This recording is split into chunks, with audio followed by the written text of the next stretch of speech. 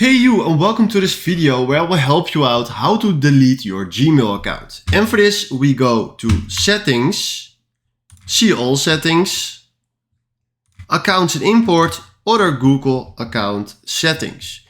Then right here we go to Data and Privacy, and then we scroll down where it says Delete a Google Service. Then from now log in with your Google account. And then right now we can click here on delete. So if you click now on delete, select the email address that you want to delete, click on next, click on this and then click on delete mail. But keep in mind, you will delete everything, also all your 21,946 conversations. So please think good enough about it. So this is exactly how you can delete your Gmail account. Hopefully this was the video where you was looking for. Thanks for watching and have a wonderful day. Ciao.